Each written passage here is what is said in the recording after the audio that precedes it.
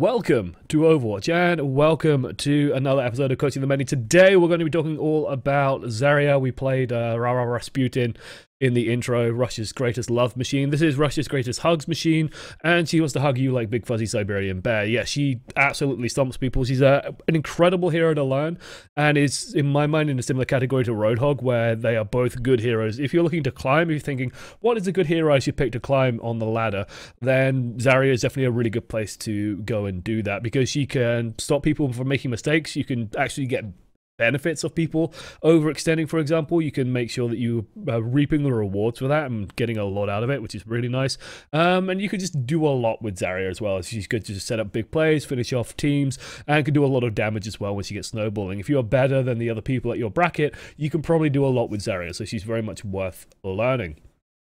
Today, it's also a little bit special because we have 6-stack on 6-stack. Actually, a lot of these people are regulars. So Ridley Samus is a regular. OE Blaze is a regular in the chat as well. I think Sparks is. Xtar BX is also a regular in the chat now. I think SS Kablooey as well has been around. Apricots, haven't seen so much, but maybe she's around. And yeah, let's get this show on the road. Okay, I muted the volume because we're getting set up. They're just pixels on a screen. We've killed hundreds of them like it before. We got it. Okay. There you go. Can correct advice as well. Someone can go flank. This is something that like Ryan talked about actually, and you know, let's bring that up now because it is a good and important mindset thing. Because we saw it before when I was playing on ladder, where we had a Pharah freaking out about a top 500 Reaper on the enemy team, and it's a Pharah, and you might be sat there thinking, quite rightly, Pharah versus Reaper? That's a bit of a one-sided matchup. Why is Pharah worried about a Reaper? Exactly. Even though they're top 500, the Reaper isn't going to do anything special. They're just still going to do Reaper things. He's not suddenly going to fire grenades. He's not suddenly going to do anything extra. He's just a Reaper. And you deal with him like you would deal with a Reaper. You can't get away with as much. He can aim better, position better. He's smarter, but he's not anything new or anything special. But team is getting organized, so this is a 6 vs 6. So the nice thing about playing 6 vs 6, of course, is that we can control absolutely everything. It looks like they were, you know, we sort of glossed over the discussion about this because we could do an entire episode on this, and we kind of did a while ago when sort of doing VOD reviews for scrims. We're just more focused on the Zarya today, but team lineup actually looks pretty strong here. If you do actually want some interesting information about Iconvol, looking at the numbers in the pro level games, Pharmacy is extremely strong on Iconvol, extremely strong on Iconvol, to the point of like, wow, yeah, you should be probably running this. So definitely something to keep in mind for the future. The Genji isn't a bad pickup though. Good, well-rounded team lineup, I would say. Overall, like, there's just a lot of bases covered here. We have a decent combo potential with this and this. Mercy is just very useful in Iconvol as well. Lots of places where to hide away, so to come out and get big res, so that works nicely. Lucio, of course, very useful. So 76 always going to be good on team lineup, and you want Reinhardt just to break the choke point if you're not going to do a dive comp, so it all works out. Otherwise, we'll be watching Apricots, and we'll be following this Zarya play. So let's talk about some fundamentals of Zarya. Like, what are the basic things we're looking at Zarya? And this is what I always call like the flow chart almost of Zarya, the steps we're doing. So right now, when we leave spawn, we're going to be doing what's called building, right? We want to build up our charge as much as we can, because we're on 0 right now. Zarya on 0 charge. Not very threatening, not very exciting, not very terrifying to the enemy team. Zarya on 100 charge is absolutely monstrous. So if you can get to 100 charge, amazing. So we'll be looking for opportunities. And as we come out of spawn here, like, we should be feeling pretty fucking happy, right? Because we've just run into a shitload of damage from the Junkrat.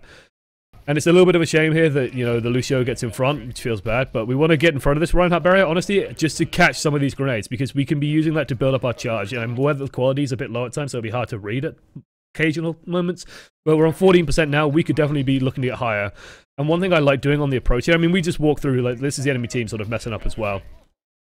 Well, on the approach, and especially on an approach like this where we have someone spamming, I like to partner up with the Reinhardt. So you try and get him as he comes around this corner. On Iconvol, it's generally a good idea anyway, because people spam on this corner. It's a bit of a shame that it hits the Lucio, but we get some damage there. But there's no reason why we can't just poke forward in front of our Reinhardt barrier and just soak a grenade or two with our bubble. That will give us a very quick 40 extra charge. We will be entering the next fight with a good, I don't know, 40. Oh, low razor Aaron, thank you. I join a stream to this decimal. It is not acceptable, and I shall not stand for its smile. Again, that is actual money. I just want to emphasize this. I just want to emphasize this, that you are giving out your money, but thank you, it is appreciated as well. I like the fact that we just push forward. Like, honestly, if they are not going to contest the choke point, you just want to advance right through it. There's no issue with doing that. They are running a double barrier, so we want to get aggressive on them, and this is like opportunities where we either are going to fall around the point, but our Rhino's dead, so we have to be a little bit careful, so I'm fine with this making this motion and going around here.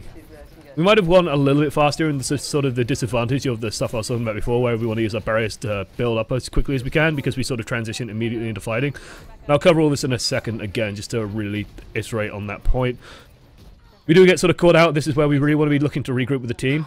We can maintain charge quite well, but this fight is basically done. Enough people have died now that we want to be considering getting back out. We just want to be maintaining our charge rather than just going aggressive or doing anything more. We could definitely be killing this turret.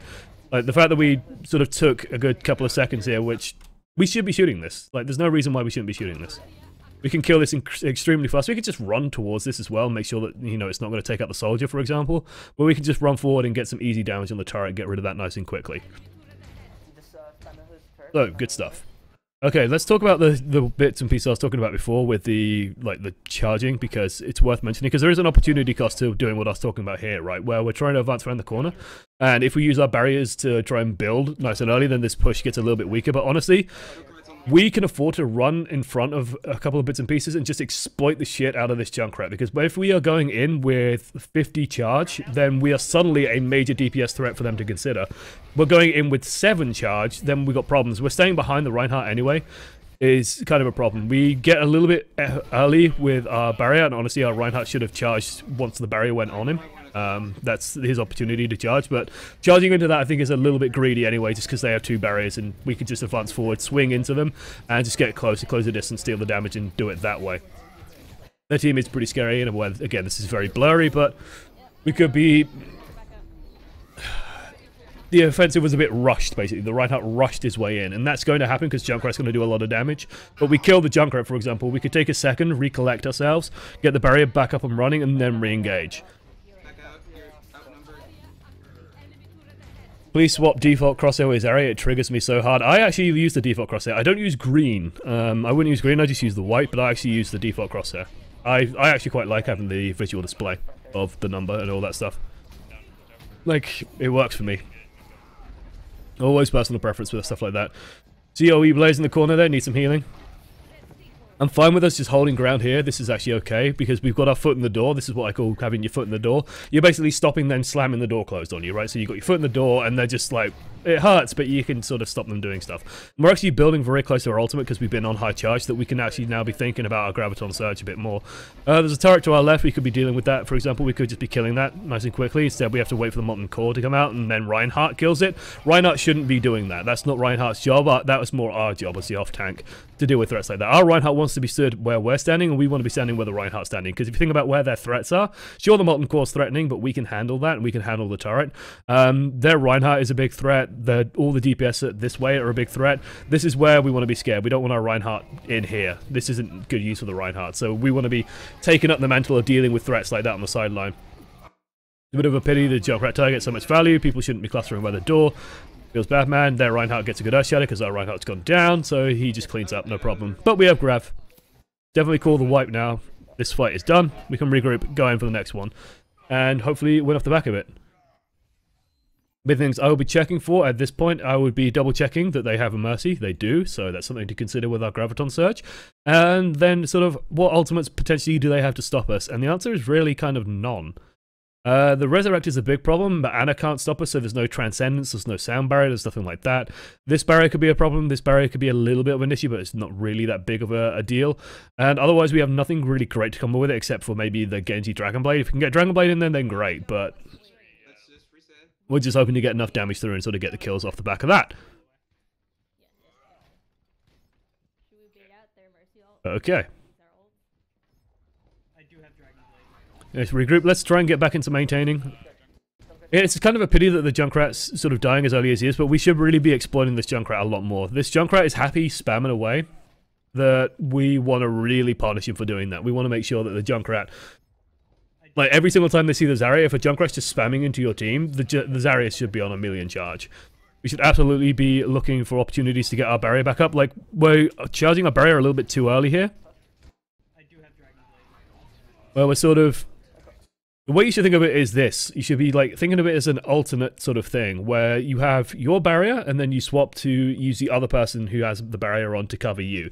So it's kind of like a back and forth thing of shuffling back and forth. This is always the way I think of it, where what you'll see is if I'm with a second person as playing Zarya, I'll start. So I'm Zarya here. This is Zarya. She's got like flaky hair. Zarya's pink hair. And then this is my friend as well, who's on our team. And we're trying to push this way, right? I'll stand in front of them. I'll use the barrier. I know it doesn't show up great, but it's blue. And so I'll get my nice protection. And then I'll absorb some damage and I'll get some nice charge. Once that barrier is gone, then I will rotate and move behind my friend, who I will then put a barrier on. And then this person is sort of acting like a pseudo Reinhardt, right? Because my Zarya, who we can just clean this up. My Zarya is back here now. Nope. Just deleted the wrong thing. Changed the pencil. There we go. My Zarya is back here, and now I'm safe. And my face is melting. Apparently, I'm a Cyclops Zarya. There we go. That makes sense. So I'm now safe behind my friend. Then my friend gets destroyed. Then I can move back around, go back in front of them, and protect them like that. We can just alternate back and forth and just do that. And you're kind of trying to do the same with the Reinhardt, right? Reinhardt wants a second or two to rest his shield. You put a barrier on him, he should drop his shield, take a couple of hits, and then you can bring it back up. And then when his barrier comes back up, we can just run in front of it, put our barrier up, take some damage. There's a lot of splash usually going on to Reinhardt's shield, so we can just stand there, absorb some of that, and then duck behind Reinhardt's barrier, and he can come back in front of us. And we just get this nice overlapping effect that gets us a lot of charge, very nice and very easy. Otherwise, we are just going to be pushing forward. A Reinhardt, again, has a habit of charging when we don't have a barrier on him into an Orisa and a Reinhardt and a Torbjorn, and he's just getting massacred. That it's just going to happen. We are playing very conservatively here, considering that we are a tank. Like, if I just take this section out of context, are we playing like a tank at the moment? No, we're playing actually very, very scared. We're playing very worried, which I don't blame you because the Reinhardt's just sort of committed suicide, so it kind of makes sense. But if our team is committing to the engage here, we have to commit to the engage. We can't stand this far back. We have 400 hit points. We need to be leveraging that in this fight. We are non-factor in this fight. The turret is somehow still locking onto us, which is honestly good for us. And there's the res. And we could have been involved in this fight a lot more aggressively, got the benefit of that res, and then done something with that. Hey, Skadoosh. I like the name. Series dude. You're welcome, Skadoosh. I love the name. Beautiful. Absolutely beautiful. It's so nice to see a fellow Brett. Good job by Blaze to get rid of the bongo. And again, like, dealing with the Ana is important, but we should be definitely looking to get ourselves back in the front line as quickly as possible. We are a front line hero that we can deal with flanking threats, but we mostly want to be considering our front line, getting stuck into the fight.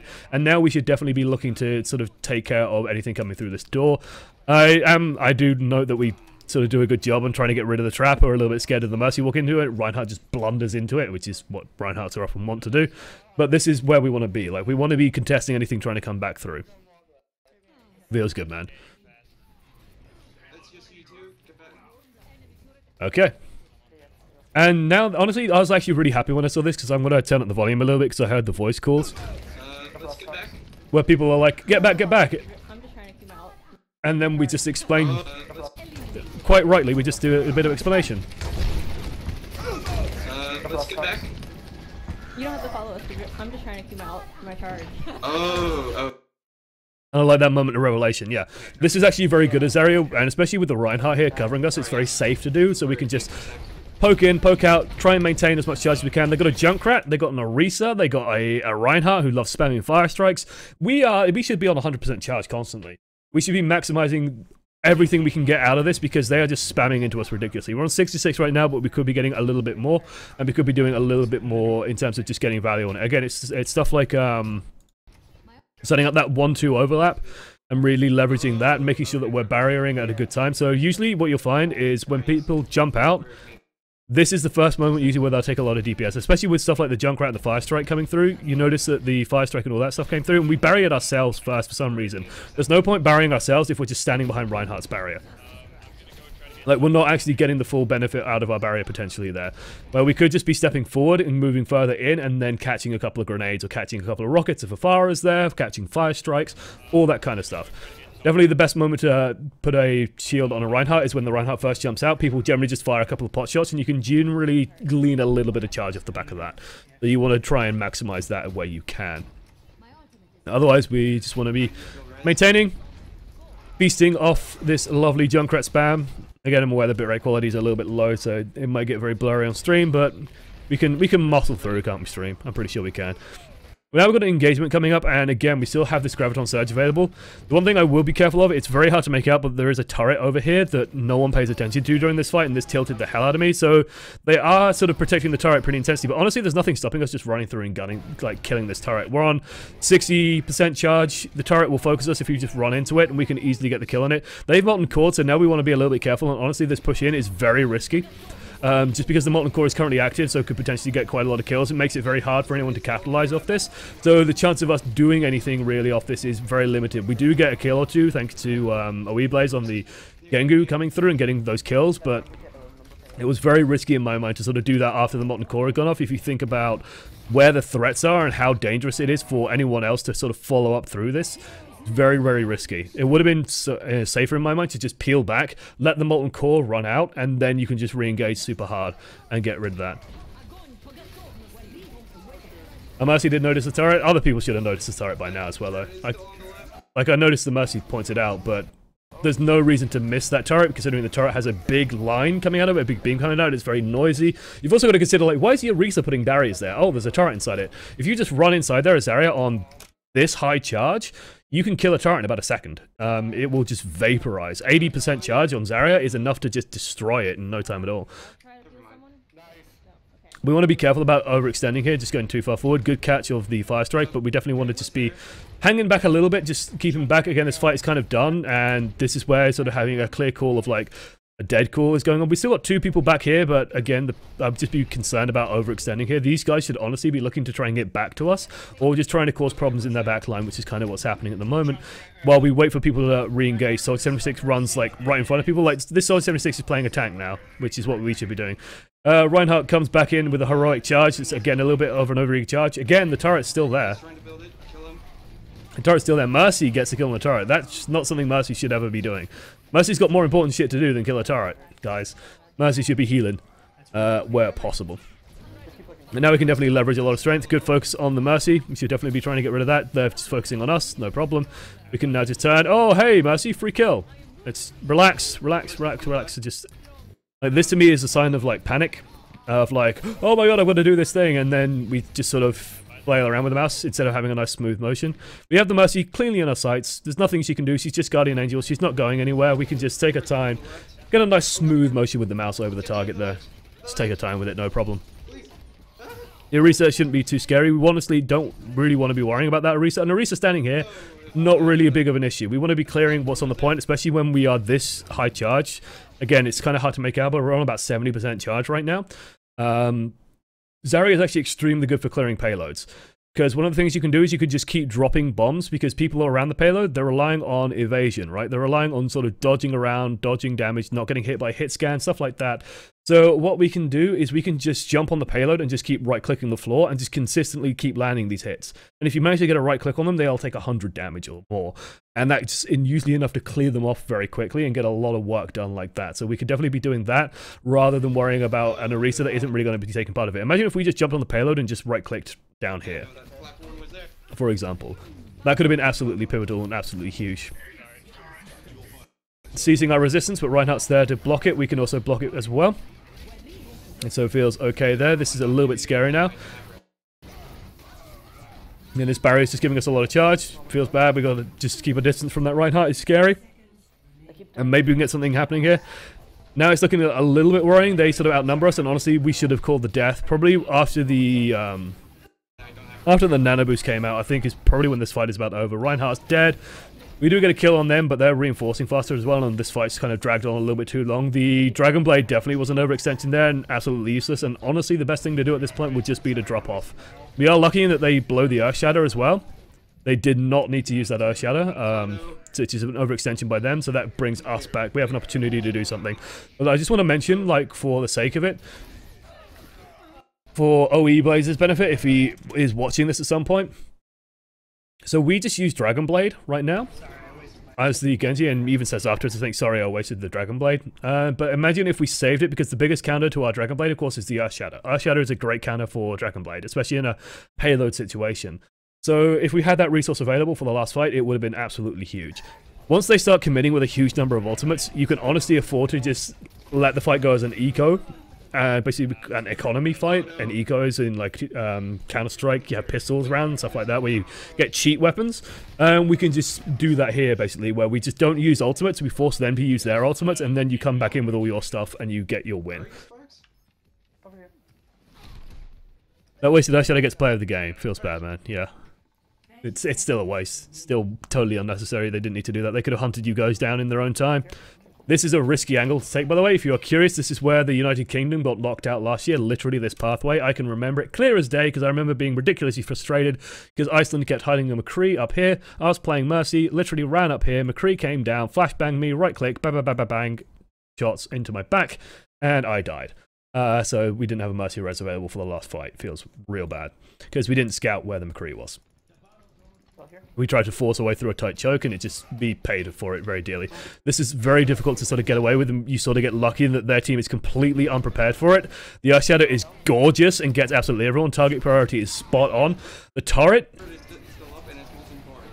it's molten core, but that is honestly not a problem for us. Like, this turret can't shoot us. If we just stay with the payload, and people do call it out, just stay on the payload. You can leave that turret right now. You can ignore it. And we don't have to give a damn about it. You notice that, like, the only place the turret can shoot us is when we're standing here. And the turret is this blurry mass of pixels over here. But if we stand slightly to the left, this wall blocks it. If we stand slightly to the right, this wall blocks it. Payload blocks it. Turret's doing fucking nothing. Turret's in a garbage location. That's terrible by them. We just push it in. Good stuff. And now, honestly, we're just on cleanup. And half their team is sort of scattered back this way. And it's just like, whatever. You can take your time clearing that up, let the payload do its thing, just breaking this down. Whoops. And we can start seizing an advantage this way. We definitely want to be maintaining our charge and just keeping an advantage. We can put pressure on this Reinhardt, for example. This Reinhardt's been very Firestrike happy, so we definitely want to be considering that as well. There's a Firestrike, for example. We want to be trying to catch those aggressively. We've used a barrier here, haven't really caught anything off the back of it, for example. We want to be doing that. Fine with the bubble on that. It's a little bit of a shame because, honestly, I see Zaryas do this a lot where they'll bubble people who get slept, but if it's a big tanky target like a Reinhardt and they have a lot of splash damage, it's better to not bubble that target until necessary. I know in this case, like the bubble and the sleep dart hit about the same time, but if you are sort of thinking about it, you see like someone knocked down and there's still healers all around them, they're still relatively safe and there's a lot of splash damage coming in, it's a very good piece of advice to just let them take the damage to wake them up and get them back in the fight, because not having that Reinhardt for a while is going to cost you a lot more than having Reinhardt take some damage because he's asleep. We want to have the Reinhardt back, so we need him to take some of that splash. Arthur's kind of good at low levels, but not high. Exactly, yeah. The thing is, I don't want to be encouraging people to take paths that can easily be punished as well. You got to be very careful when doing that. They did it right, though. They just pushed like straight out. They didn't slow down for a second and just ran straight through. We missed an opportunity as well. I remember watching this in the VOD. So as we are going in here, we wisely point out that they have a diva, so that's our big concern. We've got to get rid of the diva and look for an opportunity in getting something for the grav. Or it might be after this, actually, because I remember something specifically happens, which is around now. This Reinhardt, by the way, when you see behavior like this from the enemy Reinhardt, this to me is him trying to finish up building his Earthshatter. So you'll see Reinhardts do this a lot when they're on about 80% charge. They'll run forward, get a smack or two, and then back away. That's usually a sign that they've just completed their Earthshatter, and so we should be considering that as well as a potential threat. That's more for our Reinhardt's benefit, but we should definitely be considering. Honestly, you could have snuck a Graviton Surge in here. Like, we're looking for opportunities to get it past, and if you just fire it at your feet... So we see the diva facing this way. This is an opportunity for us to just run in, and we could just drop it right at this corner. We know that the Mercy's around here, so she's going to get pulled in, and you're pretty much going to get the entire team here. We're on high charge. We can just we can run through after dropping it, get in the back of them, just right-click a couple of times, and should be able to get a couple of kills off the back of that. They don't have Sound Barrier. They don't have Transcendence. We can easily clean this up. If we get onto the back of that. It will be a bit hard for our team to follow up potentially, but everyone's already pretty close anyway, so we should be able to get past. Reinhardt could get in there, get some damage done. Now we sort of miss our opportunity as the Diva's repositioned, and we don't have that opening anymore. Good catch with that. Feels good. The Reinhardt charges off, sights goes off, they start blowing all their ultimates. You notice that we've peeled back, and we peeled back ridiculously far. We don't want to be back this far, and if we are back this far, then we definitely want to be supporting the people who are also back this far, because basically in this situation, we either turn and focus on the Reinhardt, and everyone turns and focuses on the Reinhardt, or we just try and get back in the fight and win the fight as hard as we can. We wanted to be getting a bubble probably on SS Kablooey, just to make sure that he's nice and safe and he can do whatever he wants, so that he's not going to get killed by a tourbillon turret, for example, and then he can just do whatever he wants. Instead, it sort of ends up getting very fractured, and we're kind of indecisive. We die with a projected barrier on cooldown that could have saved either Soldier or Mercy, and we kind of just get stuck in indecision between both of them, which kind of sucks. This Rein should be dead. I kind of agree. Like, to me, the right decision there is just to punish that Reinhardt charge. So if you see a Reinhardt do something like this, so the Reinhardt whiffs his Earthshatter, and then our Reinhardt charges in. But when this Reinhardt charges in, like, this is honestly just a chance for us to be safe and just to sort of do our thing. Like, I think Sparks here just gets a little bit overeager. Kablooey's got a good flank on, so he does have a good opportunity. We definitely should have put a bubble on that. Like, just looking at that now, seeing where the Soldier is, our priority number one has to be putting a bubble on that. Like, when we hear that sights, we should be focusing on supporting him. It sucks that the Mercy sort of gets left alone with the Reinhardt, but we're playing aggressive, basically, and we should be playing aggressive off the back of that, where we can leverage that good position that Kablooey managed to get into. But now this push is over, we should die, we should get out, the people who are over there should die, get out, regroup, we still have Graviton, we can still win off the back of this. And I think that's the plan that you guys come up with for the next engagement. I'm gonna have a slap of coffee, lubricate my voice. Hey! Shitsu Mumu! From Canada. Sorry for not subscribing sooner. You are forgiven, Shitsu Mumu, for not subscribing sooner. Oh, you're so forgiven. No, I hate you, you should have subbed way sooner. No, of course, fine. Good bubble onto the Gengu. This is what I was thinking about. So it's extremely muddy, but you can see we're looking for opportunities like this where the D.Va is facing the opposite direction. If I just sort of progress forward nice and steadily, you can see that the D.Va is facing the other way. There's like the Ana there, the Reinhardt is nano boosted, but he's going to be useless if we put him in a Graviton. There's Tourbillon's literally standing on the point. The D.Va is facing the opposite direction. We had a big opportunity there to get a Grav out, and that we sort of hesitated. We finally get it out now after all the stuff is done, but Dragon Blade's already over. So we won't have the Dragon Blade available to do some damage here, which we could have used to clean this up a little bit faster, for example. Tourbillon's trying to rebuild his turret. Let's make sure that he can't do that. We should just clean up on this turret. It's dealing about 30 DPS, so it's worth just getting rid of as soon as possible. Let the other people deal with the Tourbillon. Should absolutely be finishing this D.Va off. Good job. Someone did it. And now that they've rezzed, we should be considering the threats. The D.Va is definitely sort of the big thing that we can be dealing with in this point. It's a bit of a greedy shadow, but still pays off. We should definitely, like, I'm okay-ish with us focusing on the Mercy, just because we can, but us focusing on the D.Va is also very, very important. Why is us focusing on the D.Va so important? Because no one else can, basically. And so we can make it hard for the D.Va to do anything. Good bubble actually onto the Mercy there. We actually sort of lucked out more into that planned, I think, because we sort of panic a bit. Sound barrier keeps us nice and safe during the charge. We're absolutely fine. We can press shift. We're okay. And then if Reinhardt turned around and tried to do anything to a Mercy, she's nice and protected. So we're actually nice and safe. Gives Mercy space to pick us back up. And we're feeling pretty good. Now we want to start focusing, get rid of the Reinhardt, get rid of him, then get rid of the D.Va, nice and quick. Now if this comes out, wish people wouldn't fidget like this, you'd be very careful when moving around. Once you got the bomb locked out, just be very careful about moving around too much. And now we definitely should be trying to focus on the D.Va, we should be keeping our barriers up whenever they're trying to shoot stuff, especially if there's a Winston on the point, it's just free charge for us. Higher DPS we can do, the better, and like I said earlier, splash damage is extremely good. Fire in the hole, coming out, we want to be a bit careful about that. Guns right past us, somehow doesn't kill us. Absolutely, Junkrat should have killed us there. He was greedy. Got kind of lucky there. We definitely want to be playing a little bit closer to the point and a little bit closer to the payload. I think we want to be just tucked like on top of the payload. This is the position we want to be in. Because if you think about what they're going to do, like let's say okay, this is really blurry. Let's say a Lucio just comes barreling out this way. What's the Lucio going to do, right? As he goes underneath where I am. What is the Lucio going to do? Well, he's going to jump out and he's going to go around the payload. And if he goes around the payload and we're still on top of it, we just right click, right click, right click, right click. Also, what's the first thing that people do when they come out of the spawn is they start shooting at the point usually. And they'll start shooting at the big glowy Zarya right on top of the point, which is really nice. I'm also very impressed with my circle there. That was actually a very nice circle with the mouse. D.Va's on the left. So it's actually a very good place for us to be, where we want to be careful about this sort of urge to fall back a bit. We can actually still do quite a lot of this on top of the payload. Fine with us focusing on the Mercy, we have a nice high charge here, so let's get rid of that. D.Va's demeched already so that they can finish up on this. We definitely want to be right-clicking to get the finishing blow on this D.Va. So in an opportunity like this, D.Va is very difficult to sort of finish off for a lot of people because she's so small. If we just right-click and put the right-click like here, She's moving this way already, so chances are we hit her, but also she'll just take splash anyway, and it's just reliable sources of damage to clean up small targets like Diva. It's also very good for finish off tracers. We want to be using those right clicks to get the value going there. It's also just nice to get the AoE damage, and we're almost on an ultimate. Nels, when I was watching this, I was really like, okay, we're just going to put this to bed with Graviton Surge. Like, that will be my plan in this next fight. We want to just be looking for an opportunity to deal some damage on something and get that kill, but luckily Sparks comes through, clears off Final Point Eichenwald. This is Final Point Eichenwald in a nutshell. It's one of the most frustrating points in the game because the respawn distance is tiny, and Oh my god, yeah, I was gonna die. it's difficult. Yeah.